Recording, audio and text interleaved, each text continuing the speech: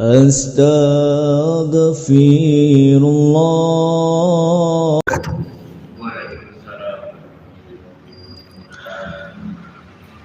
Alhamdulillah wassalatu wassalamu ala Rasulillah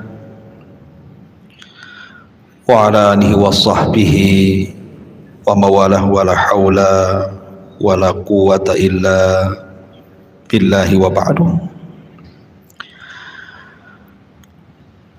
Ma'asyiral muslimin yang dimuliakan Allah Subhanahu wa taala. Alhamdulillah di malam hari ini dengan izin Allah Subhanahu wa taala kita bisa duduk untuk bertalabul ilmi, karena kita masih berada di bulan Rajab. Mungkin kita akan tarik sedikit pembahasan sirah Nabi sallallahu alaihi wasallam, walaupun dulu pernah kita jelaskan tetapi tidak panjang lebar. Maka malam ini kita akan coba mengupas kembali peristiwa yang terjadi di bulan Rajab yang berkenaan dengan sirah Nabi sallallahu alaihi wasallam, peristiwa besar yang merupakan mukjizat Nabi sallallahu alaihi wasallam, Isra dan juga Mi'raj. Terjadi silang pendapat sebenarnya tentang kapan terjadinya peristiwa Isra dan Mi'raj ini. Cuman biasanya masyarakat di negeri kita ini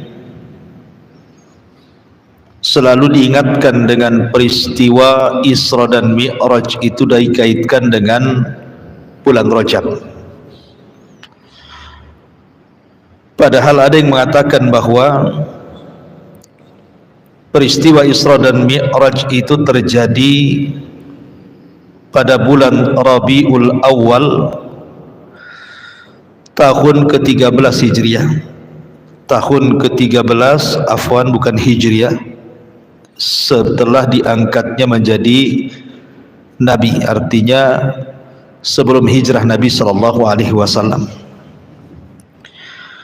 Ada juga yang mengatakan terjadi di bulan Muharram pada tahun sama ke-13 sebelum hijrah Nabi sallallahu alaihi wasallam. Ada juga yang mengatakan di bulan Ramadan pada tahun 12 setelah diangkatnya menjadi Nabi, artinya 1 tahun sebelum hijrah. Tapi ada juga yang mengatakan bulan Rajab, tetapi bukan tanggal 28, tetapi tanggal, ada yang mengatakan tanggal 27 di bulan Rajab tahun ke-10 dari kenabian, artinya 3 tahun sebelum hijrah. Ada juga yang mengatakan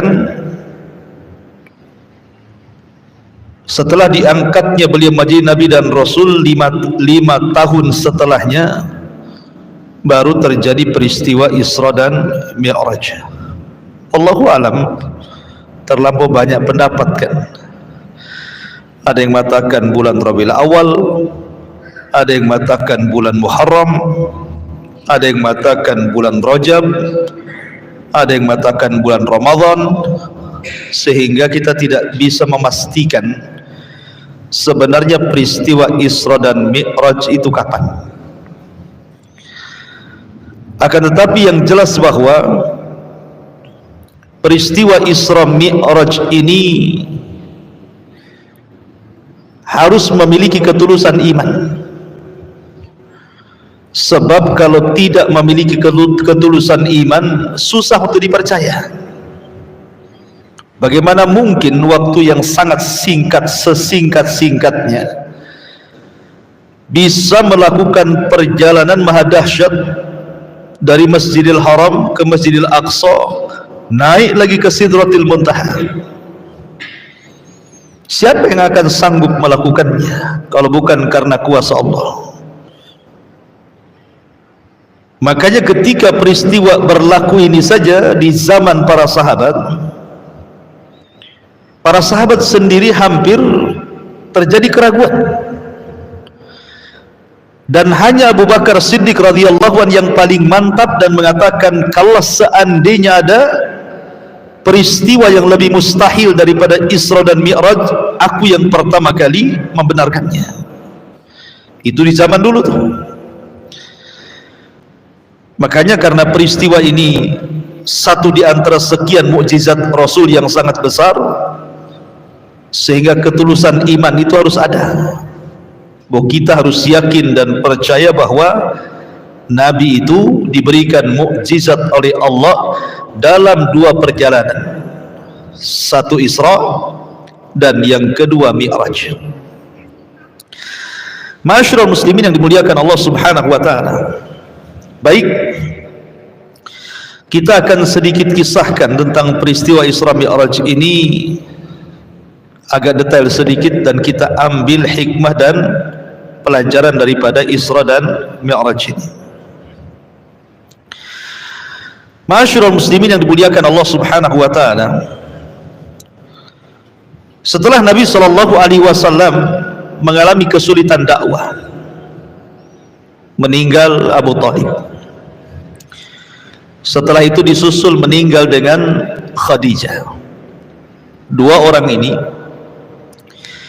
adalah manusia yang paling berjasa dalam pengembangan Islam di permulaan dakwah Nabi. Walaupun Abu Thalib sendiri mati kafir, tapi bagi Nabi SAW dua manusia ini sangat berharga. Kalau bukan karena Allah Subhanahu wa taala, kemudian dua manusia ini, Abu Thalib dan Khadijah, tentu dakwah Nabi SAW akan semakin sulit lagi. Sudah sulit, semakin sulit lagi. Sehingga ketika meninggal keduanya, Nabi SAW akhirnya sampai bertujuan untuk mencari areal dakwah baru, karena tantangan di Mekah sudah tidak bisa lagi untuk dilanjutkan berdakwah. Maka Nabi SAW memilih Taif. Sampai di Taif pula kemudian orang-orang Taif kurang lebih dengan orang Mekah, bahkan lebih parah, karena 10 hari Nabi SAW door to door dakwah di Taif itu tidak ada satupun orang Taif yang menerima Nabi. Bahkan sepakat dan kompak, mulai dari anak-anak, orang dewasa, orang tua, laki-laki dan perempuan, semua mengusir Nabi dengan cara melempari Rasul dengan batu. Ini kan luar biasa ya kawan. Itu bisa bayangkan, orang ketika berdakwah diusir satu kampung, dilempari batu. Kalau posisi saya langsung resign tuh jadi dai itu. Gitu. Berat sekali gitu ya. Masuk ke kampung dilempari sama satu kampung, mau yang anak-anak kecil pun ikut-ikut pula kan. Kita bisa bayangkan susahnya Rasul berdakwah kala itu. Setelah pulang dari Taif, Nabi tidak bisa masuk Mekah, karena kalau dia sampai masuk Mekah, dia pasti dibunuh. Sehingga Rasul hanya bisa tinggal di perbatasan, di kebun kurma milik Mughirah itu.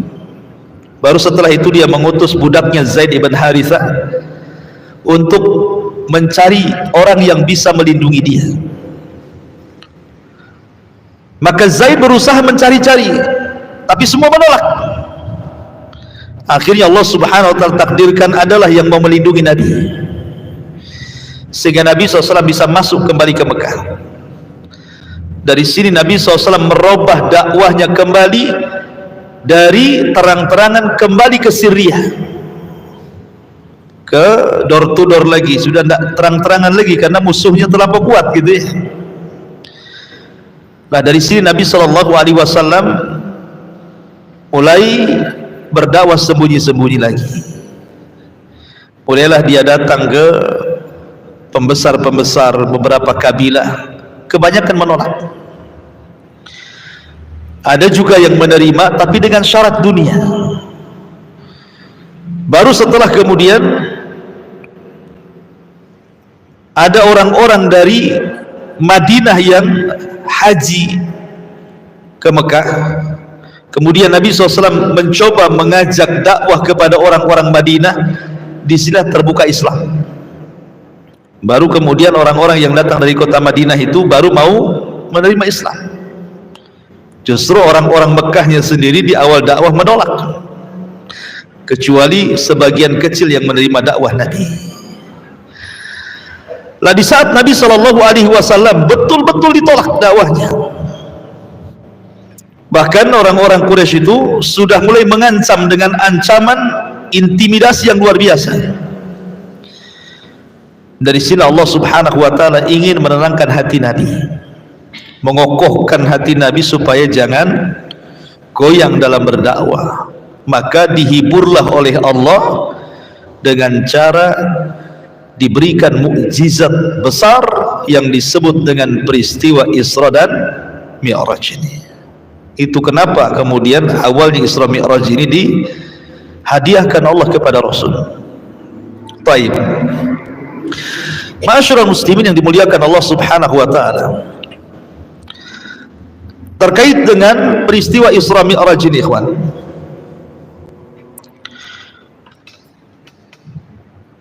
kita mulai daripada kisah Nabi SAW ketika Nabi SAW di rumah Ummu Hani. Memang banyak riwayat ya tentang masalah Isra Mi'raj itu, tetapi pendapat yang paling kuat wallahu alam, jadi peristiwa Isra Mi'raj itu dimulai dari rumahnya Ummu Hani. Ketika Nabi SAW berada di Hatim. Hatim itu di sekitar sumur Zam-Zam. Ada yang mengatakan di Hijr Ismail. Tiba-tiba kemudian Nabi SAW didatangi dua malaikat. Malaikat ini kemudian membawa Nabi SAW ke Hatim, ke dekat sumur Zam-Zam itu, kemudian membelah dada Nabi. Kemudian setelah dibelah dadanya, diambil jantungnya, kemudian dicuci di bejana emas dengan air Zam-Zam, dan Allah penuhi jantung Rasul dengan hikmah dan iman. Kemudian dimasukkan lagi dan dijahit kembali. Tentu ini kan medisnya malaikat ya. Kalau medisnya orang bisa mati itu. Dan Rasul akan merasakan sakit yang luar biasa kalau orang yang mengoperasinya kan, karena di zaman itu juga peralatan-peralatan medis tidak secanggih zaman sekarang. Paling tinggi mungkin kalau ngurangi sakit itu suruh minum arak gitu ya kalau zaman dulu kan. Dari sini pertanyaannya, kenapa Nabi SAW dibelah dadanya, dibersihkan hati dan jantungnya? Walaupun ada khilaf ulama berapa kali sebenarnya Rasul itu dibelah dada itu. Ada yang mengatakan 2 kali, ada yang mengatakan 3 kali. Yang mengatakan 2 kali, peristiwanya adalah pertama saat Rasul masih kecil, di rumah siapa? Halimah Sa'diyah, ketika usia Rasul SAW masih anak-anak. Kemudian peristiwa yang kedua, saat peristiwa Isra Mi'raj ini dibelah dada lagi. Tetapi ada yang berpendapat tiga pendapat, ketika Nabi SAW diangkat menjadi Nabi. Tetapi riwayat yang sahih wallahu alam bahwa Rasul itu hanya dibelah 2 kali saja. Pertanyaannya, kenapa harus dibelah dadanya, dibersihkan jantungnya, diisi iman dan hikmah serta takwa yang luar biasa pada hati Nabi sallallahu alaihi wasallam? Karena Nabi sallallahu alaihi wasallam akan menghadap Allah secara langsung tanpa perantara Jibril. Dari sini ada hikmah besar bagi kita, ikhwan, bahwa setiap kita ini pasti akan berjumpa dengan Allah. Saya, Anda, siapapun akan berjumpa dengan Allah. Bukan berjumpa dalam arti kata melihat wajah Allah subhanahu wa ta'ala. Semua ahli surga pasti melihat wajah Allah, tetapi berjumpa dengan Allah itu di mauqif, di padang mahsyar. Semua manusia akan diajak bicara oleh Allah satu persatu, dan di situ ada orang yang tidak dipandang Allah, ada orang yang tidak mau diajak bicara Allah, ada orang yang tidak mau dibersihkan oleh Allah. Artinya kita akan berjumpa dengan Allah di padang mahsyar. Sebagaimana Nabi sallallahu alaihi wasallam dibersihkan dadanya oleh Allah subhanahu wa ta'ala karena akan berjumpa dengan dia, harusnya kita juga sama. Kita harus persiapan bahwa kita akan berjumpa dengan Allah subhanahu wa ta'ala. Kemudian setelah Nabi SAW dibelah dadanya, dibersihkan jantungnya, kemudian dimasukkan kembali, diisi dengan iman dan hikmah, maka Jibril kemudian sudah mempersiapkan satu kendaraan khusus untuk para nabi yang disebut dengan buraq. Buraq ini dia lebih kecil dari kuda, tetapi lebih besar dibandingkan keledai. Jadi sedang dia, ya, dia tidak besar kali, enggak. Kuda lebih besar, tapi tidak kecil kali seperti keledai, tidak, dia tengah-tengah.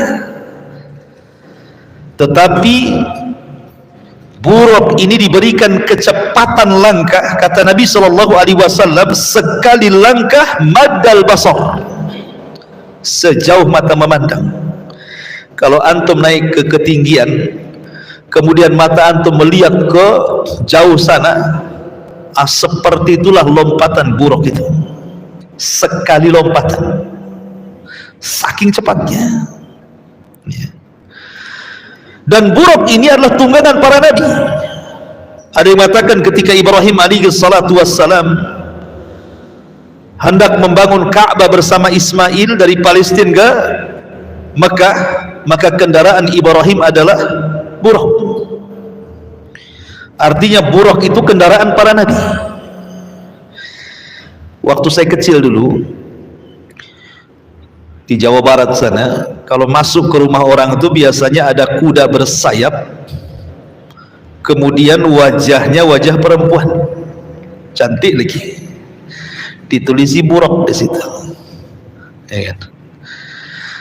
Ikhwatu fiddin, ini pelecehan, ini pelecehan kepada buraq dan pelecehan kepada Nabi sallallahu alaihi wasallam.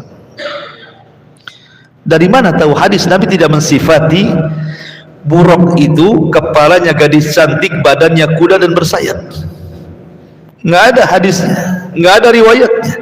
Kok muncul gambar? Setelah usut punya usut, saya coba menelisik, ya, membaca gitu ya dari beberapa referensi di internetnya. Rupanya boleh jadi itu karena hasadnya orang-orang Yahudi kepada Islam. Karena Nabi Shallallahu Alaihi Wasallam itu banyak menikah dan istrinya ada 11, sehingga mereka hendak mengolok-olok Nabi Shallallahu Alaihi Wasallam dengan cara menggambarkan buraq itu pun harus kepalanya wajah perempuan yang cantik. Ini kan pelecehan. Seolah-olah poligaminya Nabi Shallallahu Alaihi Wasallam itu hanya sekedar untuk nafsu seks saja, kan begitu? Tidak, wallahi. Tujuan poligami Nabi SAW itu syarat dengan pelajaran dan hikmah. Karena Nabi SAW itu dibimbing wahyu, bukan manusia biasa kayak kita. Ya. Maka tidak benar itu gambaran buruk kayak gitu, tidak benar itu. Mana ada buruk kayak gitu? Buruk itu kuda, dia lebih kecil dibandingkan kuda, lebih besar dibandingkan keledai. Kalau dia sekali langkah sejauh mata memandang, itu saja dalam riwayat seperti itu. Sudah kita imani seperti itu. Kenapa pula jadi gambar perempuan pula? Maka ini hal-hal yang bisa masuk kepada bab istihza, namanya mengolok-olok Nabi. Dan buruk itu sendiri gitu ya. Ma'asyiral muslimin yang dimuliakan Allah Azza wa Jalla, dalam sebuah riwayat walaupun fihi nazar oleh sebagian ulama, ketika Nabi SAW hendak menunggang buruk itu, buruk ini tidak mau ditunggangi, tidak mau ditunggangi, karena mungkin bagi dia Nabi itu asing, kayak antum kan, naik kuda-kuda tidak pernah ditunggangi kita, nggak terbiasa dengan kita, otomatis kan bahasa Melayunya nggak, kurang selesa lah kuda itu ya, kurang enak gitu kan, karena orang baru masalahnya.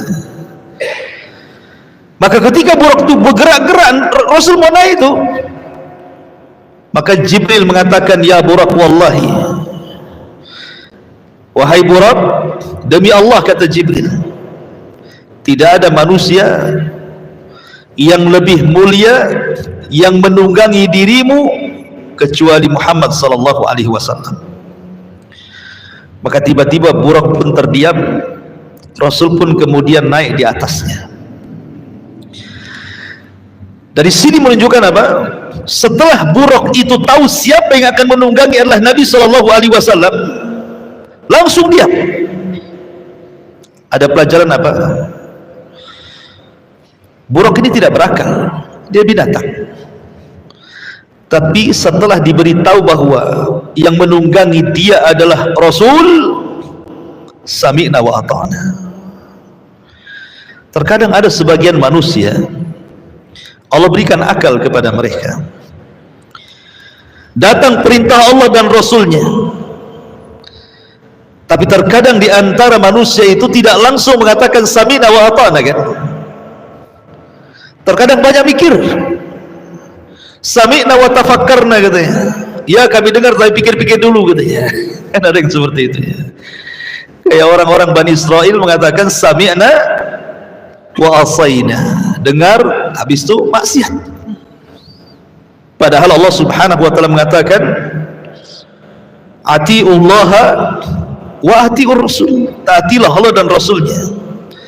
Fa in tanaza'tum fi syai'in farudduhu ila Allah wa Rasul. Kalau kalian berselisih dalam sebuah permasalahan, kembalikan kepada Allah dan Rasulnya.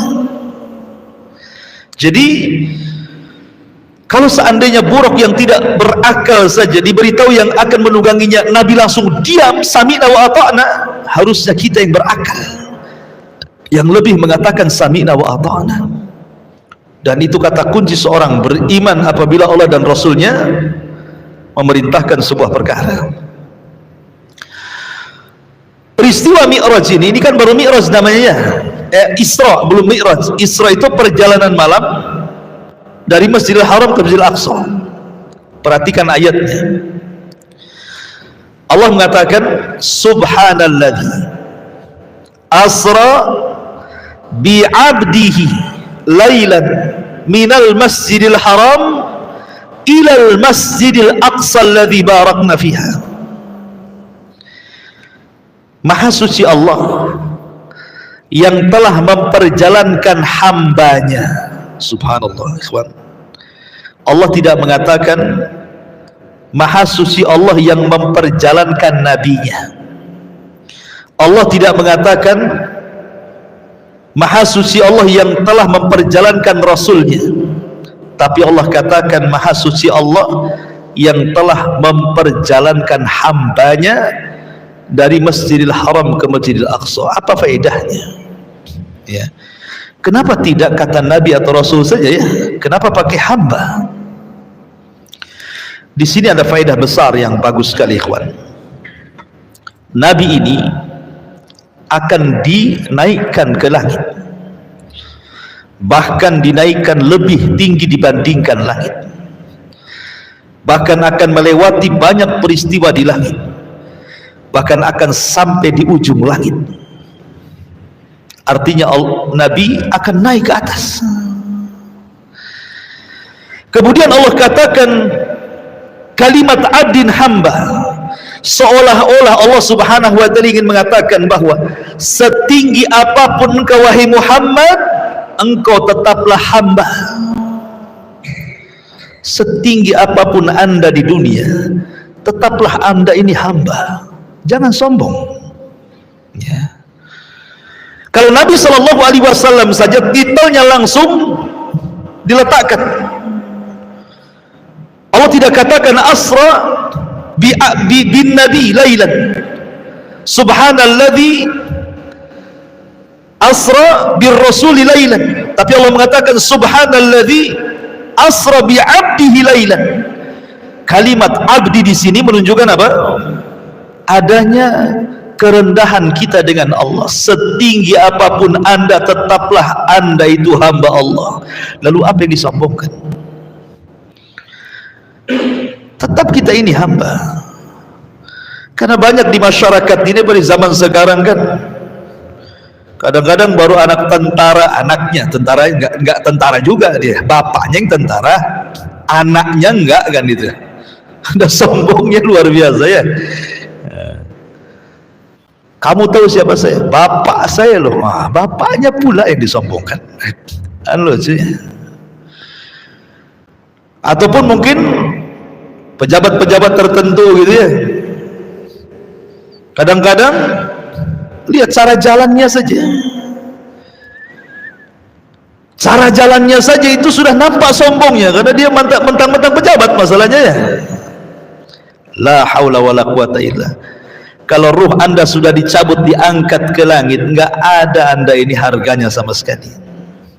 Manusia ini ya, dikeluarkan dari lubang keluar najis. Manusia ini dikeluarkan dari lubang keluar najis. Setelah keluar dan besar, di dalam tubuhnya ada najis. Setelah Allah wafatkan jadi bangkai 3 hari saja, sudah bau busuk dan orang tidak mau mendekatinya. Lalu apa yang disombongkan? Kan itu ya. Ma'asyiral muslimin yang dimuliakan Allah subhanahu wa ta'ala. Maka ada faedah besar di sini bahwa peletakan hamba menunjukkan bahwa kita adalah hamba Allah. Setinggi apapun anda, tetaplah kita hamba Allah. Faedah yang kedua dari kalimat hamba, bahwa peristiwa Isra Mi'raj ini bukan peristiwa mimpi, bukan Rasul mimpi gitu kan, kemudian dalam mimpi jadi diperjalankan dari Masjidil Haram ke Masjidil Aqsa, kemudian ke Sidratul Muntaha, balik lagi. Kalau mimpi mah ngapain?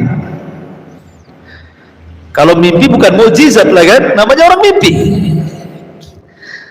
Tetapi Allah subhanahu wa ta'ala ingin mengatakan ini bukan mimpi, bahwa perjalanan ini bukan perjalanan roh, tapi perjalanan ini ruh wal jasad, ruh dengan jasad. Makanya Allah katakan bi'abdihi, dengan hambanya. Kalimat hamba itu terrangkai antara ruh dan jasad. Jadi ini betul-betul ruh dengan jasad beliau dalam kondisi sadar, bukan dalam kondisi mimpi ya.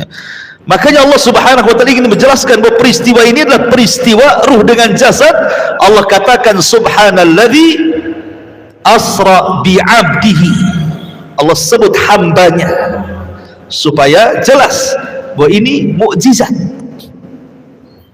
Ruh dengan jasad, Rasul itu melakukan perjalanan itu. Kemudian kalimat lailan, kenapa malam hari? Kenapa tidak dipilih siang? Kenapa tidak dipilih sore? Kenapa mesti malam? Ya. Dari sini menunjukkan bahwa malam itu jauh lebih mulia dibandingkan siang hari. Sholat tahajud, sholat sunnah yang paling baik di tengah malam, witir, tahajud, ya kan? Orang baca Quran paling baik tengah malam. termasuk Isra dan Mi'raj juga dilakukan di tengah malam. Tafakurnya kita dengan Allah yang paling baik di tengah malam. Kenapa? Karena malam itu menjauhkan kita dari riyah. Orang sedang tidur, antum ibadah, mau riya sama siapa? Kecuali live kayak gini ya, sholat malam, tahajud, tarawih, handphone ya kan, live lewat IG ya. Alhamdulillah malam ini saya bisa tahajud, tulisi status di situ kan. Ngapain tulis status?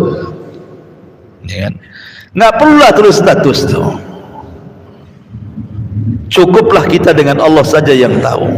Makanya kenapa diperjalankan malam?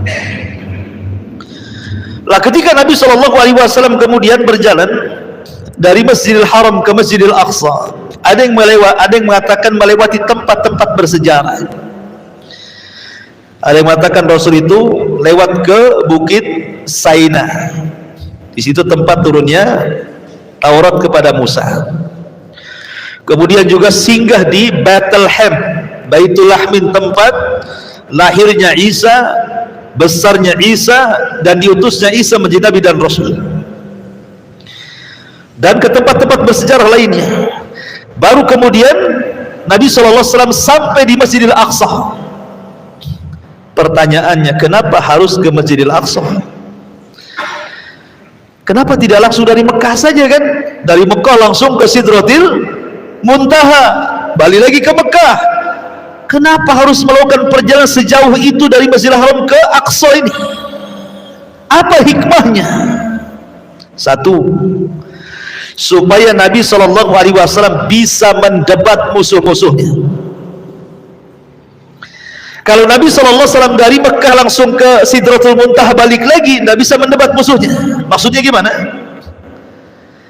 Ketika selesai perjalanan ini terjadi, ada orang-orang yang hendak mengolok-olok Nabi. Kalau engkau memang sampai di Masjidil Aqsa, katanya, berapa jumlah pintunya? Berapa jumlah jendelanya, katanya. Kalau orang belum pernah ke sana kan tidak tahu kan? Saya ini tidak pernah ke Masjid Al-Fajri, ditanya berapa jumlah jendela, tapi bingung. Jendela dari apa? Dari kayu kan, dari besi kan, dari stainless kan, itu nggak tahu kan? Berapa jumlah ini itunya? Tapi ketika Nabi diisrakan ke Masjidil Aqsa, kemudian setelah peristiwa itu ditanya tentang bagaimana bentuk Masjidil Aqsa bagi orang-orang yang pernah datang ke sana, kemudian bertanya kepada Rasul, jawabannya benar. Pintunya sekian, jendelanya sekian, sifatnya seperti ini. Nabi belum pernah ke sana. Menunjukkan apa? Kebenaran perjalanan itu kan.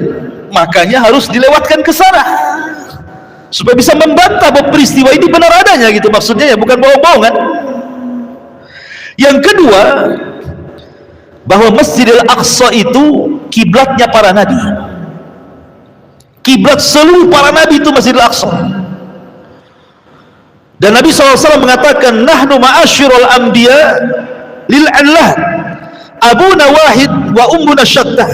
Kami para nabi ini satu turunan, bapak kami satu, ibunya yang banyak.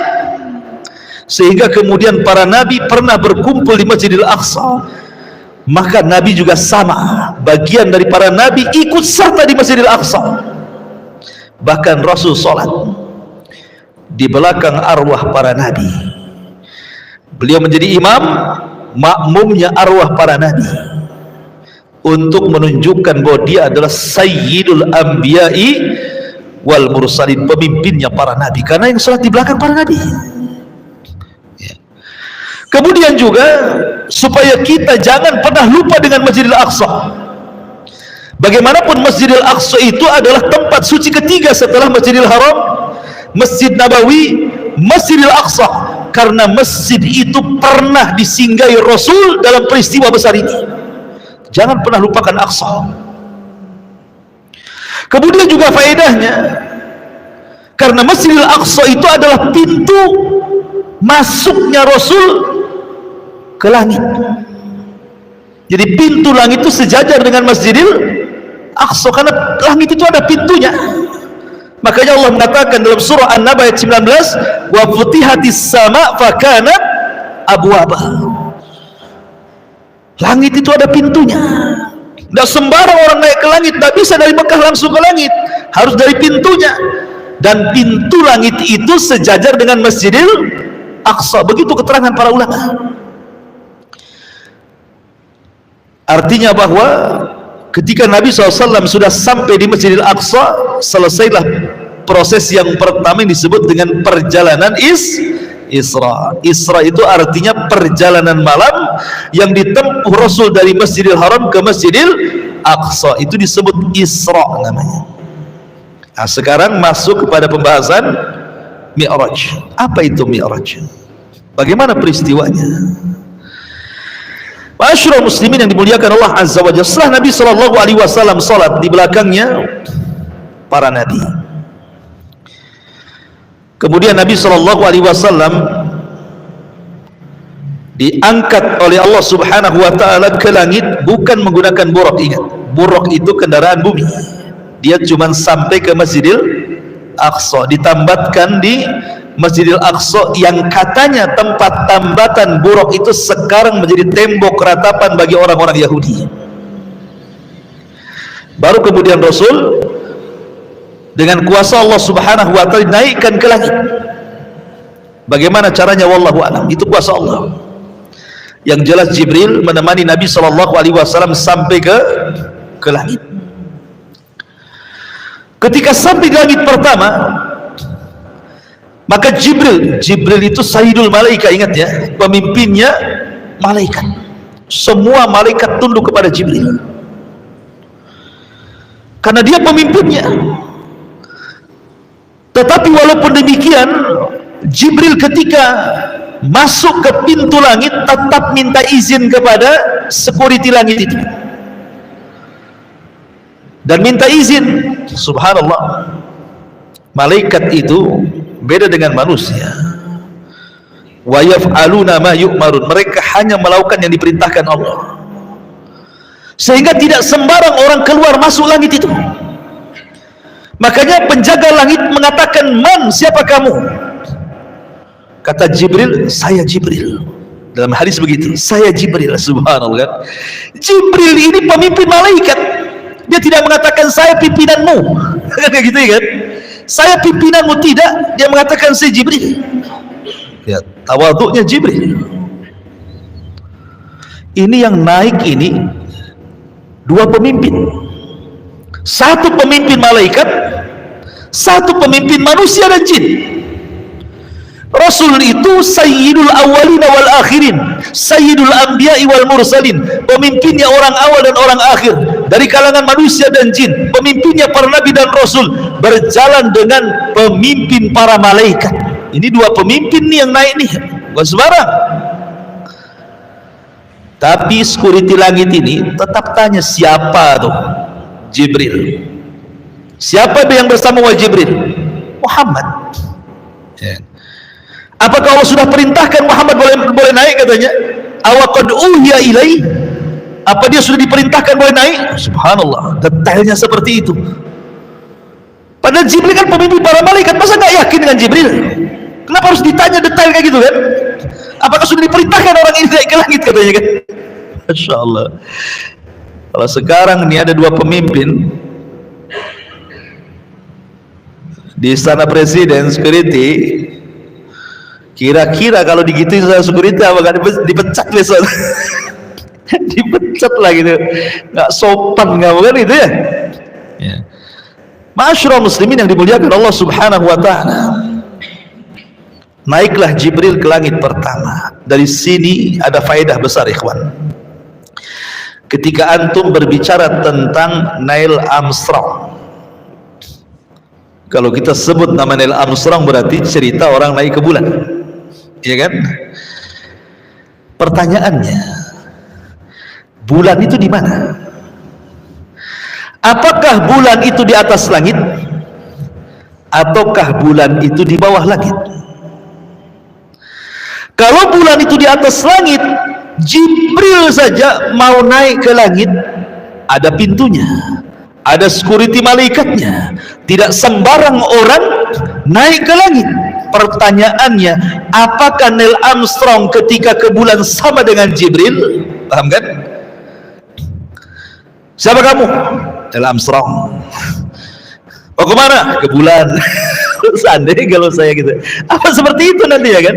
Karena Jibril saja mau naik lagi susah nih. Padahal dia pemimpin malaikat kan itu. Ditanya dulu. Ya. Siapa kamu? Jibril. Siapa bersamamu? Muhammad. Apa dia boleh sudah diperintah boleh naik? Boleh katanya. Seandainya bulan itu di atas langit, tentu Neil Armstrong juga akan ditanya seperti itu kan? Siapa kamu? Neil Armstrong. Mau kemana kamu? Ke bulan. Sudah diperintahkan naik, gitu ya? Pertanyaannya kan harus sama kan? Berarti mungkin nggak Neil Armstrong dibukakan pintu langit itu? Nggak mungkin. Masa Neil Armstrong dibukakan pintu langit? Dia kafir. Kan gitu kan? Berarti kalau posisi bulan di atas langit, nggak ada orang cerita naik ke bulan. Tapi kalau seandainya posisi bulan itu di bawah langit, karena ingat langit itu bangunan loh ya, bukan awan asap gitu, bukan bangunan dia. Jadi kalau umpamanya tembus ke langit, nabraklah kan gitu orang. Kalau kapal ini mau ke langit, nabraklah bangunan. Langit itu bangunan. Kayak kita cor-coran kayak gini kan bangunan nih. Makanya ada pintunya. Nggak sembarang orang naik ke langit itu. Tapi kalau seandainya posisi bulan itu di bawah langit, seandainya posisi bulan di bawah langit, mungkin Neil Armstrong bisa sampai ke bulan. Jadi pertanyaannya itu, apakah bulan di atas langit atau bulan di bawah langit, gitu saja ya.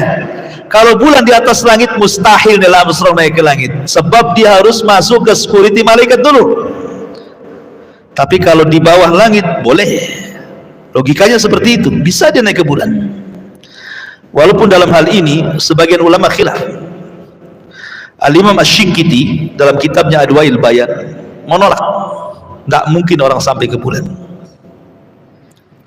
nggak mungkin. Kemudian berdalil dengan surah Ar-Rahman, ya ma'syaral jinni wal insi in istata'tum an tanfudhu ila samai wal ard la tanfuduna illa bisultan, kan itu. Ya ma'syaral jinni wal insi, wahai manusia dan jin, in istata'tum an tanfudhu ila samawat, kalau kalian ingin naik ke langit, naik, tanfudhu, naik, la tanfudhu, kalian tidak bisa illa bisultan, kecuali karena kuasa Allah. Seperti Rasul, kuasa Allah kan, diangkat ke Sidratil Muntaha. Walaupun tidak sedikit juga ulama yang memungkinkan orang sampai ke bulan dengan catatan bulan di bawah langit. Ya. Ma'asyiral muslimin yang dimuliakan Allah Subhanahu wa taala. Ketika Nabi SAW di langit pertama jumpa dengan siapa? Nabi Adam. Kata Nabi Adam alaihi salatu wassalam, marhaban bibnin salih wa nabiyyin salih. Selamat datang anakku yang baik dan nabiku yang baik. Subhanallah, seorang ayah tentu senang melihat anaknya yang baik kan itu. Ini pelajaran bagi kita. Kalau antum punya anak-anak dan anak-anak antum didik sehingga menjadi anak-anak yang saleh dan salehah, maka orang tua akan bahagia, pasti bahagia. Tapi kalau seandainya kita punya anak nakal luar biasa, rungsep kayaknya, banyak orang-orang tua sampai ngutuk anaknya, nah kalau kau tahu kayak gini bagus tidak kulahirkan kau, katanya. Ada yang orang tua kayak gitu, kau udah tahu kau kayak gini ngapain kulahirkan kamu, katanya. Tapi kalau anak itu baik, lihat Nabi Adam, melihat Nabi SAW, dia yurahib, memberikan selamat, marhaban bibnin salih wa nabiyyin salih, duhai anakku yang saleh dan nabiku yang saleh.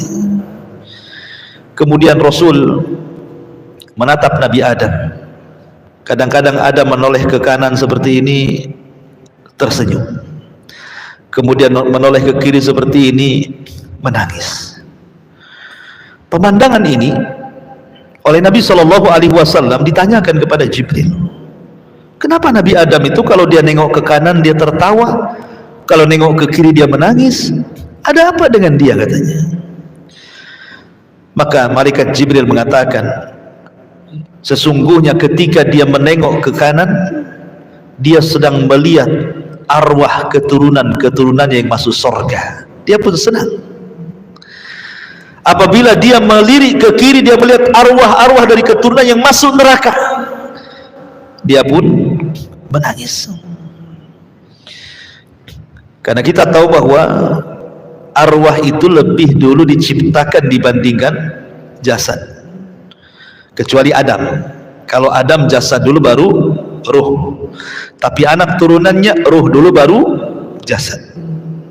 Karena ketika Adam diciptakan oleh Allah Subhanahu wa ta'ala, diusap pundaknya oleh Allah, diusap sebelah sininya, keluar semua ruh itu dari punggungnya Adam, ruh anak turunannya. Sejak zaman Adam diciptakan sampai yang terakhir mati, keluar semua tuh ruhnya itu. Kemudian diletakkan di alam arwah, dibuatlah perjanjian dengan Allah Subhanahu wa ta'ala, alastu bi rabbikum, bukankah aku Rabb kalian? Maka semua orang mengatakan qalu bala, ya engkau Rabb kami. Antum tidak ingat saja, antum pernah di alam itu ya. Jadi pertanyaan selanjutnya, kenapa Nabi SAW diperjumpakan dengan Adam? Adam itu Abul Bashar, bapak manusia, malaikat sujud kepadanya. Hikmahnya kata ulama, supaya Nabi SAW tahu sebagaimana Adam pernah diusir dari sorga, kemudian hijrah ke bumi, maka itu pun akan dialami oleh Nabi SAW. Dia diusir dari Mekah dan hijrah ke kota Madinah. Itu hikmahnya kenapa dia berjumpa dengan Nabi Adam, sehingga ada ketenangan bagi Nabi kan, bahwa akan berlaku hijrah di sini sebagaimana Adam hijrah. Bahkan para nabi sebelumnya sudah terjadi hijrah. Nabi Ibrahim hijrah dari Irak ke Palestina, Lut juga hijrah, Nabi Musa dari Mesir ke Palestina juga hijrah. Hampir semua para nabi mengalami hijrah. Tetapi akhtarul hijrah, sebahaya-bahaya hijrah adalah hijrah Nabi SAW. Kemudian yang kedua, naiklah Rasul ke langit kedua. Sama juga, jarak langit pertama ke kedua itu bukan jarak yang tempuh yang mudah, tidak. Jauh jaraknya, 500 tahun perjalanan. Dari langit pertama ke kedua itu 500 tahun perjalanan. Dalam riwayat Abdullah bin Mas'ud itu. Jadi tinggi sekali langit pertama ke kedua. Sama dengan tingginya bumi dengan langit yang kita lihat. Kemudian setelah mengucapkan salam, meminta dibukakan pintu, naik ke langit kedua, berjumpa dengan siapa? Berjumpa dengan Isa dan juga saudaranya Yahya ibn Zakaria. Kemudian keduanya memberikan ucapan selamat, marhaban bi akhin saleh wa nabiyyin saleh. Selamat datang saudaraku yang saleh. Di sini tidak mengatakan anakku yang saleh, saudaraku yang saleh dan nabiku yang saleh. Maka Nabi SAW berjumpa dengan Isa dan juga Yahya. Nabi Isa bin Maryam belum meninggal, sehingga Nabi SAW berjumpa dengan Isa itu ruh dan jasad. Karena Isa kan belum mati, belum meninggal. Jadi masih dengan ruh dan jasadnya di langit kedua itu. Karena Allah mengatakan bal rafa'ahu Allahu ila sama, bahkan kami angkat Isa ke langit. Ketika orang-orang Yahudi mengklaim kami membunuh qatalna Isa bin Maryam, kami sudah membunuh Isa bin Maryam, maka Allah bantah, wa ma qataluhu wa ma sallabuhu walakin syubbiha lahu bal rafa'ahu Allahu ila sama. Yahudi tidak membunuhnya, Yahudi tidak menyalibnya, bahkan Isa diserupakan dan Isa diangkat ke langit. Bantahan Quran. Isa masih hidup dan Rasul berjumpa ya. Kemudian berjumpa dengan Yahya. Apa hikmah perjumpaan? Kenapa mesti berjumpa dengan Isa dan Yahya? Kenapa tidak nabi-nabi yang lain? Kan banyak 25 nabi. Nabi Sulaiman kah di situ, Nabi Daud kah, kan begitu, Nabi Soleh, Nabi Hud, kan banyak para nabi itu. Kenapa diperjumpakan dengan Isa dan Yahya? Di sini ada hikmah pelajaran. Sebagaimana Yahya dibunuh oleh orang Yahudi dengan cara sadis, dipenggal lehernya, Kemudian lehernya Nabi Allah Yahya digunakan untuk mahar wanita pelacur. Jadi Yahya itu dipenggal lehernya, betul-betul dipenggal, diambil kepalanya, jasadnya dikirim ke bapaknya. Subhanallah, antum bayangkan. Jadi dari leher ke bawah jasadnya dikirim kepada Nabi Zakaria, ayahnya. Kepalanya dibawa ke istana, dijadikan mahar wanita pelacur. Oleh siapa? Yahudi. Kemudian Isa bin Maryam dikepung rumahnya, sehingga kemudian kalau bukan karena pertolongan Allah Subhanahu wa taala, Isa pun mungkin dibunuh juga, karena sudah dikepung tentara itu rumahnya. Kemudian Isa mengatakan kepada murid-muridnya, siapa di antara kalian yang mau kuserupakan wajahnya denganku, kujadikan kalian temanku di sorga. Tidak ada yang mau, karena tahu mau dibunuh. Tapi ada muridnya yang paling muda siap menggantikan posisi Isa. Barulah kemudian Isa diangkat ke langit. Ibrahnya apa? Sebagaimana Isa dan Yahya itu dirongrong orang-orang Yahudi, maka Rasul pun sama akan menghadapi rongrongan dari orang-orang Yahudi. Dan menjadi kenyataan. Ketika Nabi SAW di Madinah dihadapkan dengan 3 Yahudi besar, Bani Quraidah, Bani Qunaiqa, Bani Nadir. Adapun Bani Nadir hendak membunuh Nabi SAW dengan cara apa? Mengambil batu besar, naik ke atap, kemudian akan ditimpakan di kepala Nabi. Karena ketika itu Nabi hendak bermusyawarah dengan Bani Nadir. Maka pembesar-pembesar Bani Nadir mengatakan, oh iya, nanti kalau Muhammad sudah datang, sudah bermusyawarah di sebuah ruangan, satu orang naik ke atap, bawa batu, lempar kepalanya, katanya mau dibunuh. Tapi Rasul datang Jibril, jangan berangkat, mereka sudah merencanakan pembunuhan. Rasul nggak jadi. Bani Quraidah, ketika Nabi SAW pulang dari Khaybar, menang dalam perang Khaybar, kemudian pura-pura menjamu Rasul dan para sahabat. Daging yang diberikan kepada Rasul dikasih racun, dan Nabi sempat memakan racun itu. Sebab itulah Rasul meninggal diracun. Ya, walaupun jarak pengaruhnya lama kan, dari perang Khaybar sampai ke 11 Hijriah, tapi Rasul baru merasakan rasa racun itu ketika sudah dekat-dekat ajalnya. Allah hendak memilihkan kematian Rasul, mati syahid, makanya meninggal dengan cara seperti itu. Tapi lihat keganasan orang Yahudi. Kemudian orang-orang Yahudi datang kepada Labid bin Asam, seorang penyihir Rasul. Rasul disihir Labid bin Asam. Siapa yang membayar Labid bin Asam untuk menyihir Rasul? Yahudi. Memang Yahudi itu kurang ngajar betul, membunuh para nabinya. Termasuk Nabi SAW berkali-kali upaya pembunuhan terjadi kan.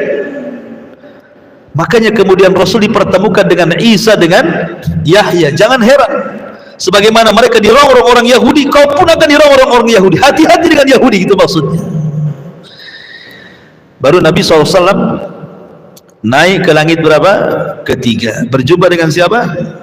Nabi Yusuf. Dan Yusuf itu dikatakan memiliki separuh dari ketampanan Adam. Berarti Adam itu tampan, ya kan? Kalau Nabi Yusuf saja separuh ketampanan Adam, wanita-wanita itu ngiris-ngiris jari sambil pegang buah.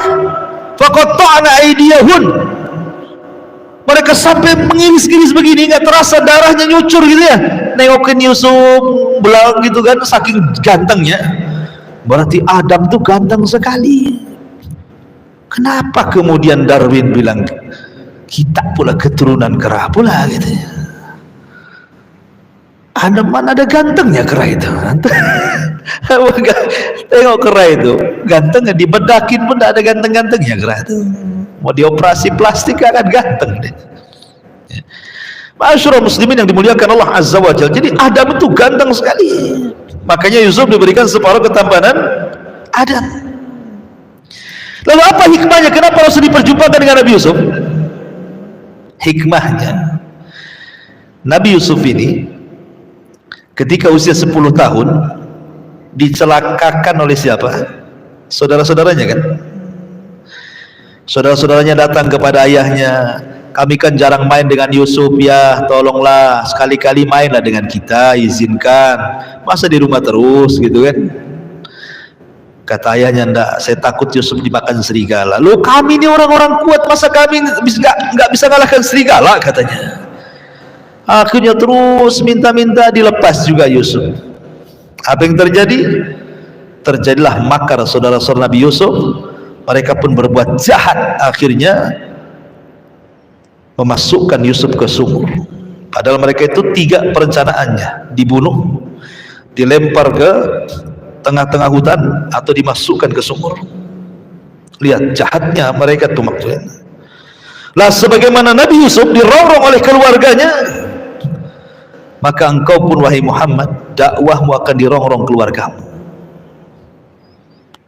Siapa yang merongrong pertama dakwah Rasul? Abu Lahab. Abu Lahab yang pertama merongrong dakwah Nabi. Belum ada orang musuh Nabi, Abu Lahab pertama musuh Nabi.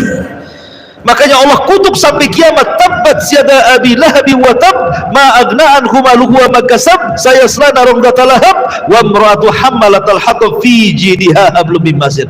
Bayangkan surah Tabbat sini tidak diselipkan di surah Al-Baqarah, tidak pula diselipkan di surah Al-Imran, tidak juga diselipkan di surah Al-An'am. Kenapa? Kalau seandainya Tabbat siada diselipkan di tengah-tengah Al-Baqarah, nggak ada orang baca. Sikit yang baca kan. Baca Al-Baqarah mana imam? Imam baca balik 5 ayat awal aja Al-Baqarah, habis itu nah mungkin satu surat Al-Baqarah kecuali Ramadan kan itu ya. Itu pun yang banyak hafal aja yang hafid. Tapi Allah sendirikan Tabbat tidak diletakkan di tengah-tengah surat panjang, disendirikan jadi surat pendek sehingga mudah dihafal dan semua orang mudah baca dan imam rata-rata membacanya. Bayangkan, supaya peristiwa ini jangan dilupakan, hampir setiap hari kutukan kepada Abu Lahab dibaca kaum muslimin dari ujung timur, barat, utara, dan selatan. Kenapa? Karena dia orang yang pertama memusuhi Nabi. Dikutuk sampai kiamat, ayatnya akan dibaca terus sampai kiamat ya kan? Makanya hikmahnya Rasul berjumpa dengan Nabi Yusuf. Baru kemudian Nabi SAW naik lagi berjumpa dengan siapa? Nabi Idris di langit keempat.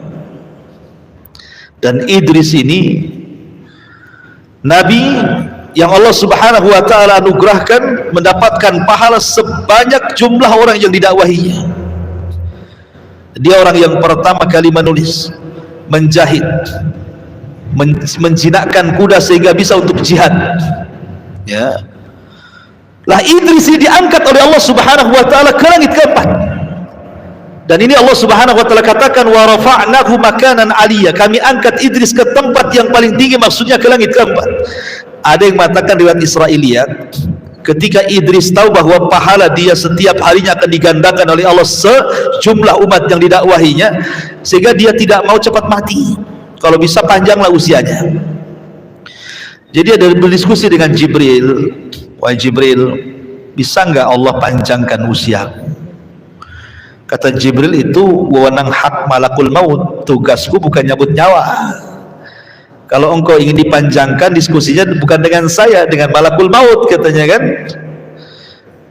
Kata Idris, kalau gitu di mana ya saya bisa berjumpa dengan dia, biar bisa tawar menawar kan soal usia. Kata Jibril, kalau kau mau aku angkat kau ke langit. Akhirnya Jibril mengangkat Idris ke langit. Ini kisah Israel, lihat ya. Kemudian sampailah di langit keempat. Rupanya malakul maut sudah nunggu di situ. Jibril kaget, belum dipanggil, dia kan pemimpin malaikat, dia bisa manggil mana saja, namanya pemimpin kan itu. Belum dipanggil sudah ada di situ. Kata Jibril, saya belum memanggil dirimu, kenapa kau ada di sini? Kata malakul maut, aku pun heran. Barusan aku mendapatkan tugas dari Allah, disuruh mencabut manusia di langit keempat. Mana ada manusia di langit keempat, katanya. Kan gitu ya. Rupanya siapa? Idris, yang baru diangkat Jibril. Subhanallah. idza jaa ajaluhu la yastakhiruna sa'atan wa la yastaqdimun. Kalau sudah datang ajalnya tidak bisa maju, tidak bisa mundur, pas waktunya kan itu.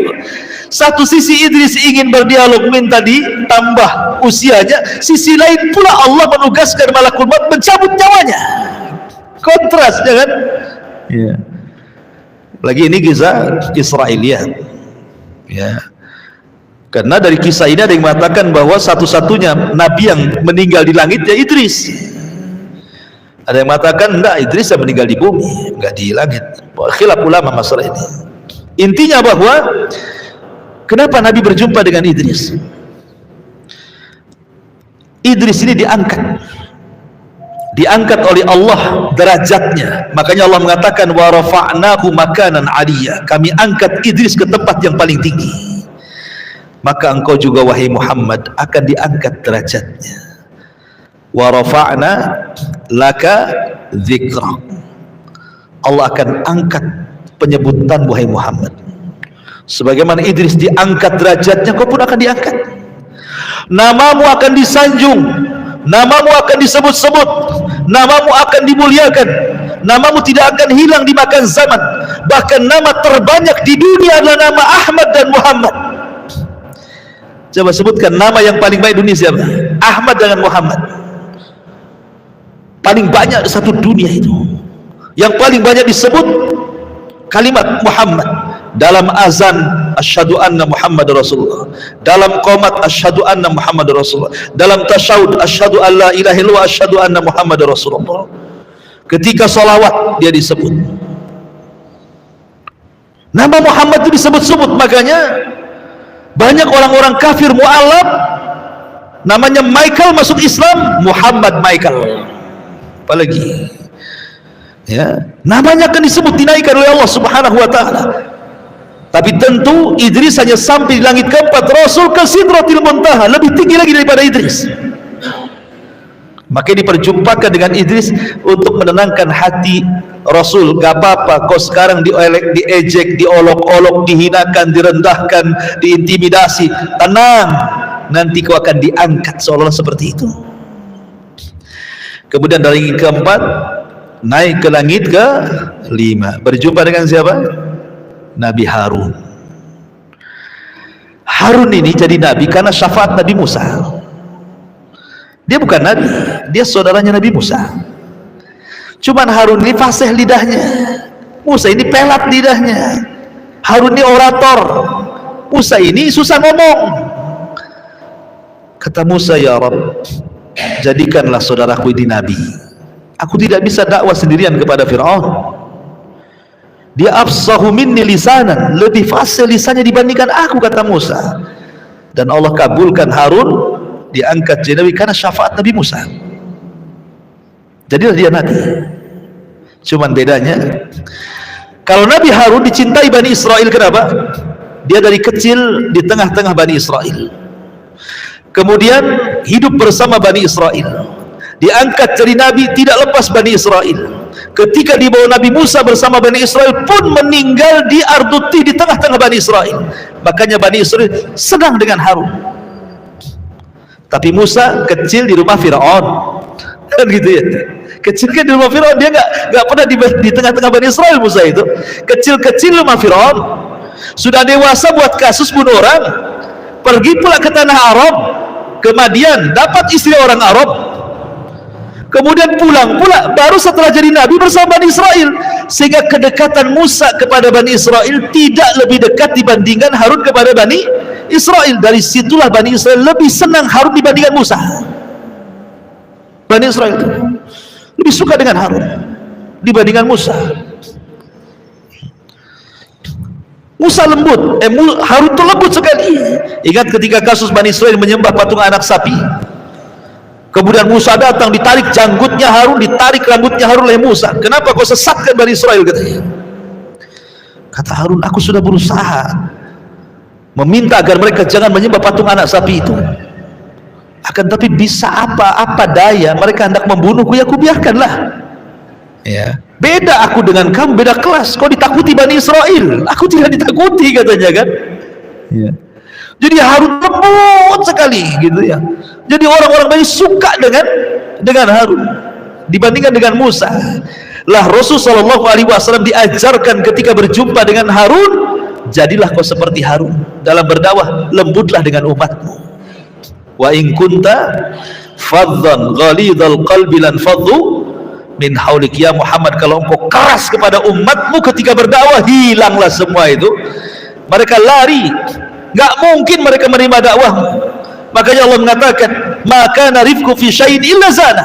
Tidaklah sebuah kelembutan digunakan untuk apapun kecuali pasti menghiasinya.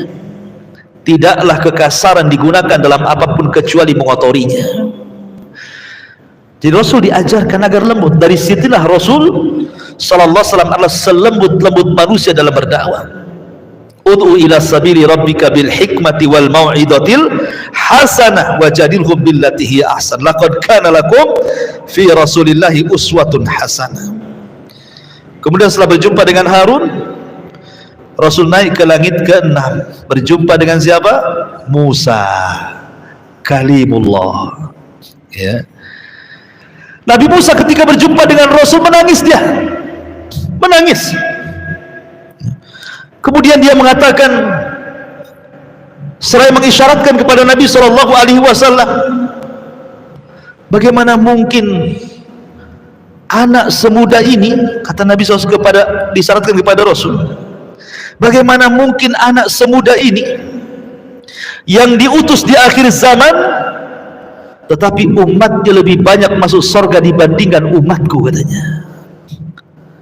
Ini bukan hasad, cuman Nabi Musa memuji Rasul gitu.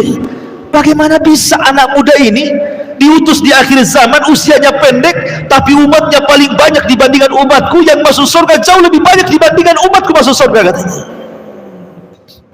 Sedih Nabi Musa, iri dengan Rasul. Harusnya seperti itu. Antum kalau melihat dunia, lihat ke bawah. Kalau lihat agama, lihat ke atas. Maksudnya apa? Lihat dunia, jangan ke bawah, jangan ke atas, pegel. Ya Rob, kenapa lah tetangga sebelah itu enak kali lah usahanya. Kemarin beli mobil, sekarang nambah lagi beli, dari tingkat pula. Apa kerjanya orang itu? Punya tuyul kali. Kadang-kadang kan aneh gitu ya. Antum kalau nengok orang pegel nih, nengok terus tuh pegel nih, kawan. Coba antum negak gini sih pegel. Coba lihat ke bawah, bersyukur antum. Alhamdulillah saya walaupun ngontrak-ngontrak tapi tak kayak orang itulah tidur di bawah jembatan, kan itu ya. Bersyukur dia, ada syukurnya gitu loh kalau lihat ke bawah no? Itu kalau dunia. Kalau agama janganlah nengok ke bawah. Alhamdulillah saya masih hafal Fatihah wa duha. Si Anu belum hafal. Kapan antum mau hafal lebih itu kapan kalau gitu caranya? Harusnya antum nengok ke bawah, ke atas kalau agama kan. Aduh si Anu Al-Baqarah hafal, masa saya nggak bisa hafal? Saya harus hafal juga. Itu maksudnya. Kalau agama ke atas, dunia ke bawah, supaya bersyukur. Dari sini Nabi SAW mengatakan, la tangduru ila man huwa fawqakum. Jangan melihat kepada orang yang di atas kalian. Fangduru ila man huwa asfala minkum. Tapi lihatlah kepada orang yang di bawah kalian. Fahuwa ajdar alla tajrar nikmatallah alaikum. Supaya kalian lebih bisa bersyukur akan nikmat yang Allah anugerahkan kepada kalian. Ini faedah dari perkataan Nabi Musa ini. Karena Nabi SAW ketika bicara tentang Ya'juj dan Ma'juj, kata Adam, Allah memanggil Adam, ya Adam, keluarkan dari umatmu, dari penduduk neraka, dari 1999. Yang 999 masukkan ke neraka, satu masukkan ke surga. Kagetlah Adam, kok bisa? Ya, yang 999 itu Ya'juj dan Ma'juj, dan satu dari kalian. Kemudian Nabi SAW meminta, ya Rabb, ya, bisakah kau masukkan umatku 1/4 ke dalam surga? Kata Allah, ya. Oh senang Rasul. Sahabat itu mendengar luar biasa. Udah Rasul minta lagi, bisakah syatru ummati, separuh umatku masuk surga? Bisa. Dari situlah maka umat Muhammad itu separuh dari umat Muhammad masuk surga. Dan riwayat 2/3. Ya. Makanya Musa mengatakan, kok bisa anak muda ini udah lahir paling belakang, diutus paling belakang, kok umatnya paling banyak masuk surga dibandingkan diriku, kan begitu ya. Tapi apa faedahnya coba? Kenapa Nabi SAW harus diperjumpakan dengan Nabi Musa? Musa itu Nabi yang paling sayang dengan kita. Makanya kalau antum bacakan, paling banyak kisah Musa dicantumkan dalam Quran. Termasuk umatnya Bani Israel lebih banyak diceritakan dalam Al-Quran.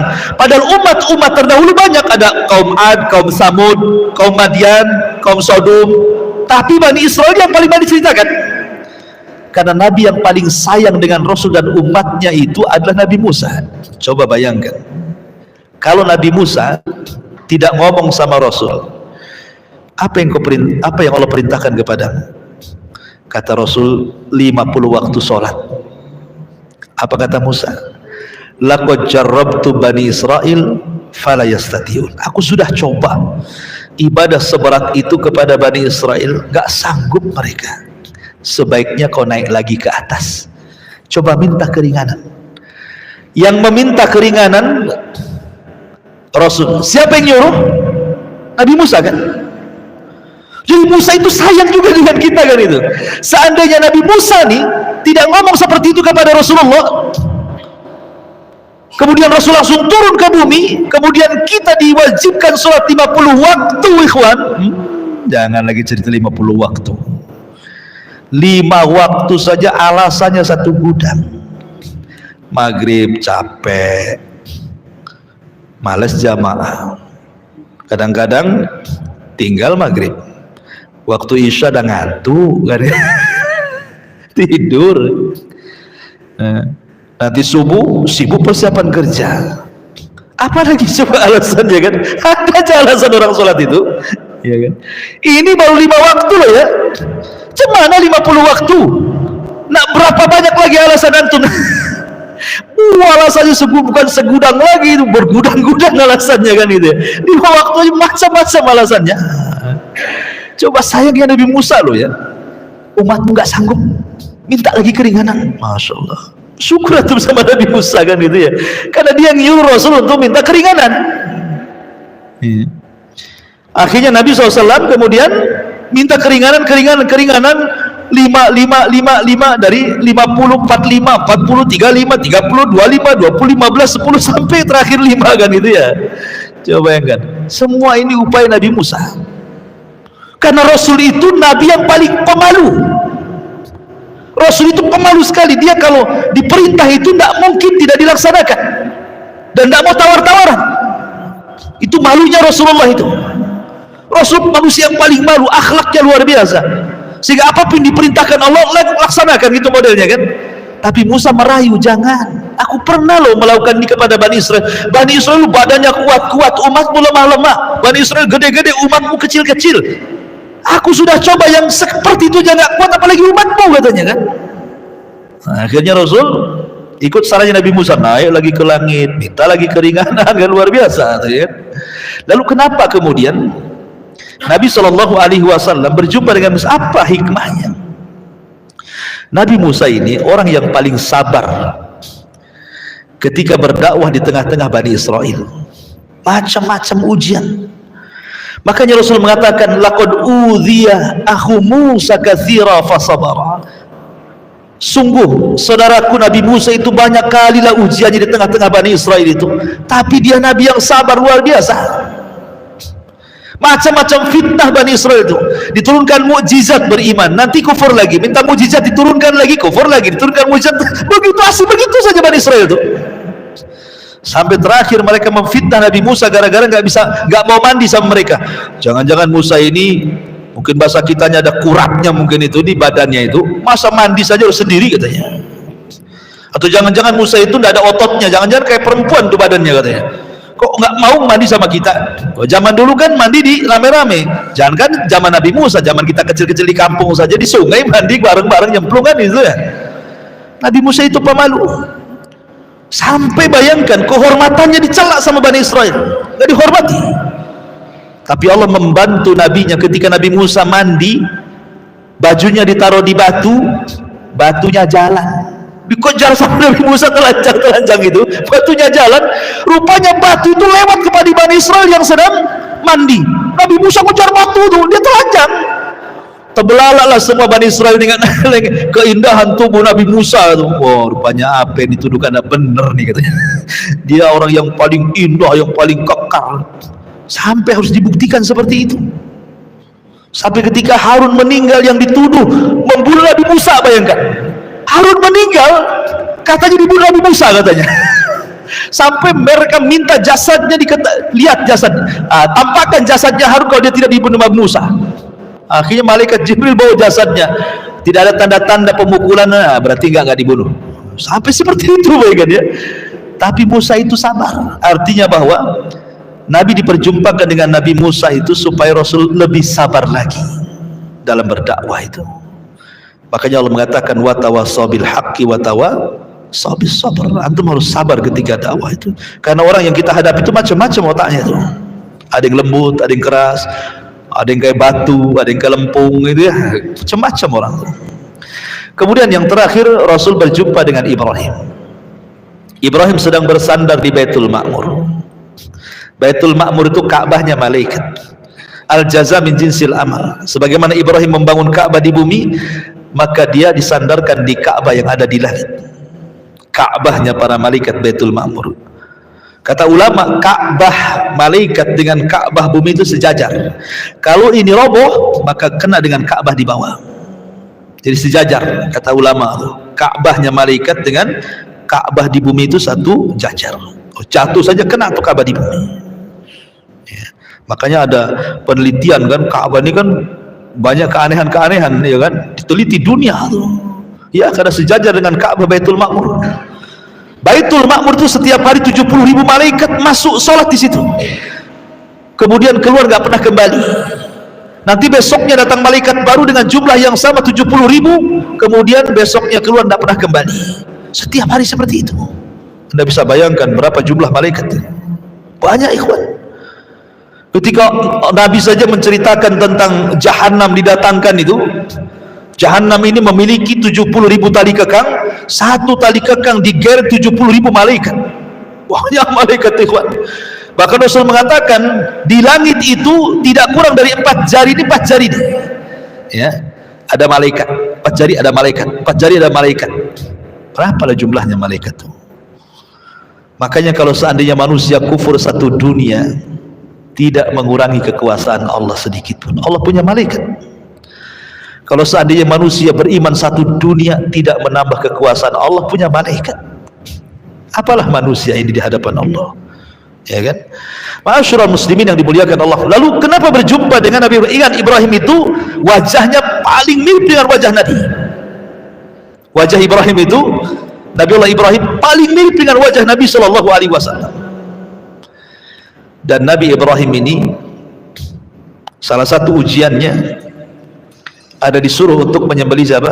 Putranya Ismail. Artinya berkorban keluarga. Dan Rasul pun akan mengalami korban keluarga.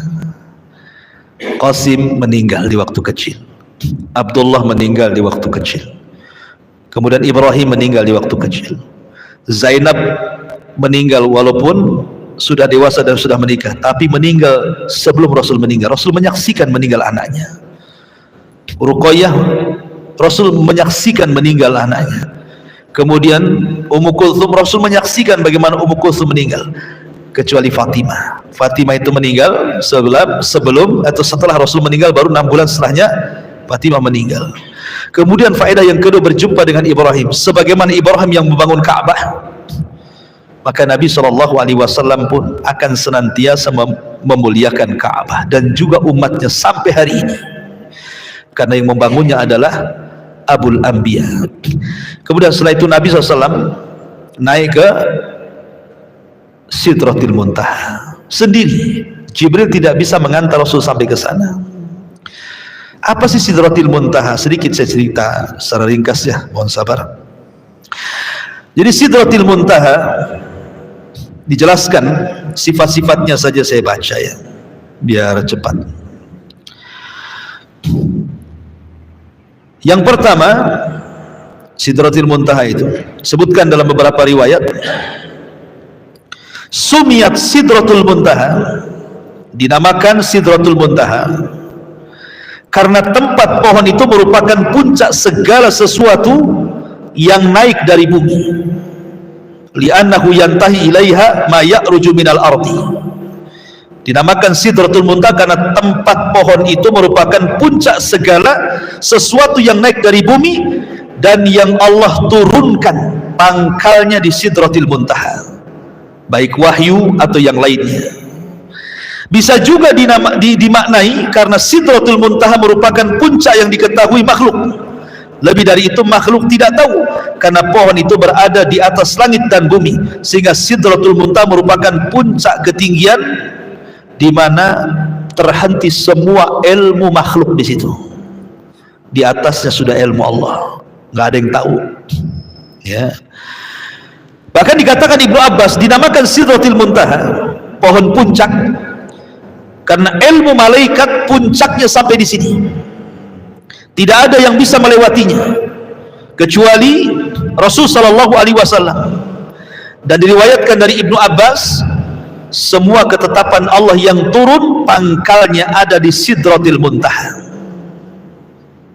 Ma'asyiral muslimin yang dimuliakan Allah Subhanahu wa taala.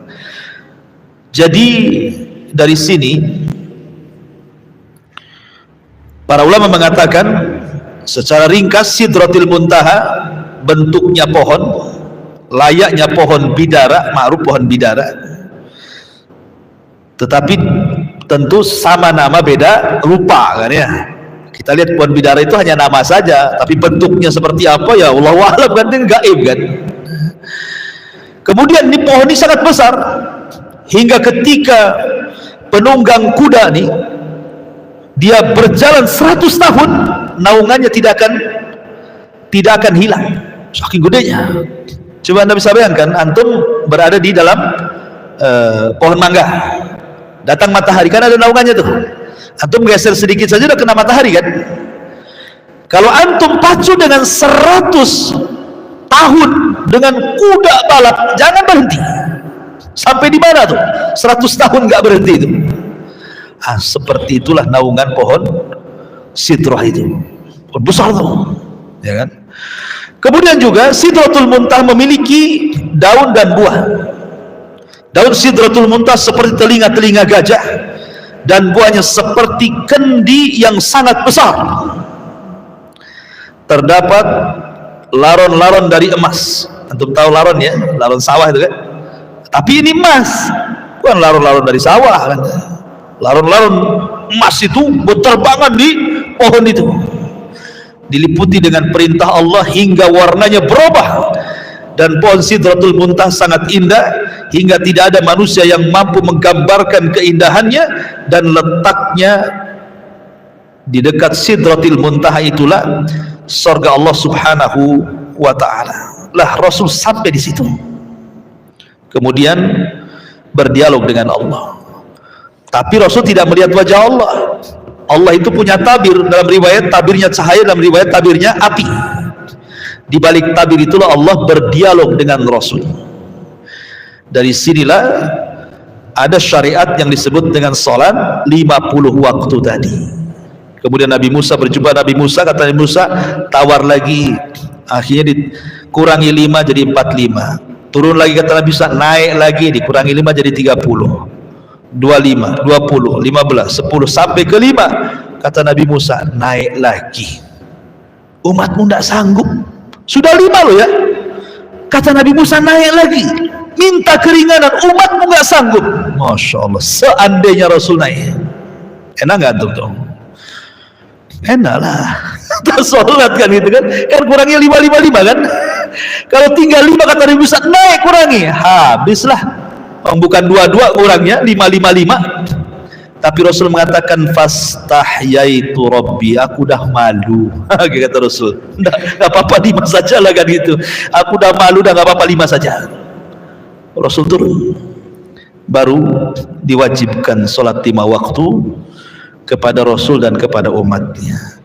Wallahu a'lam bishawab. Ikhwati fillah muliakan Allah azza wa jalla. Pembahasan ini kalau mau diambil hikmah dan pelajaran banyak pelajaran yang kita bisa petik dari kisah Isra Mi'raj Nabi sallallahu alaihi wasallam, tapi mudah-mudahan yang penting-pentingnya sudah saya sampaikan.